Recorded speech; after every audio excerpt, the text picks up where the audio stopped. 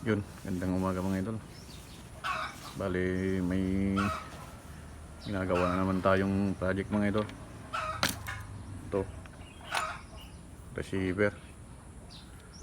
Nabutasan na natin yung mga idol para sa regulator, sa barrel, pati sa bowsing. 4 inches lang ito mga idol, yung order. Tapos may natapos dito, may natapos na tayong isa dito. Yan, 4 inches din. Hindi pa nabapping. Yan, hindi pa napakinis. Yan siya mga idol. Yan.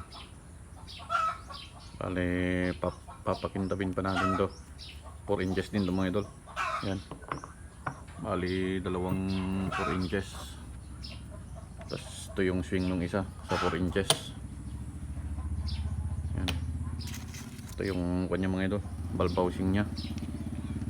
Sa 4 inches na kan. Receiver. Ito siya. Yan. Ito siya mga idol. Hindi pa natin nabutasan para sa kan. Transfer port nya. Bali, pagilid muna natin. Bali, pagsabayin natin lahat doon, tapusin apat para isang shipment lang. Ito yung swing naman ng kon mga idol. 5 inches na receiver. Ito, dalawang swing. Pero kakaltasan pa to. Masyadong mahaba. Tapos ito siya mga idol, yung para sa 5 inches na receiver. Dalawang pidaso. Yan. Ito yung isa. Mga idol,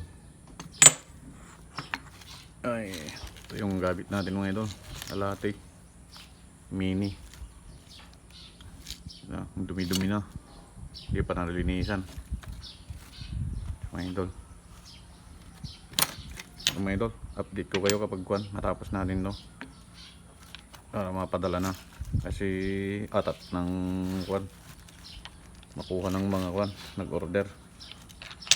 Mga idol, nandyan yung natin, PCP pump na electric. Yung welding natin mga idol. Yung idol, sa susunod ulit update ko lang kayo kapag tapos na.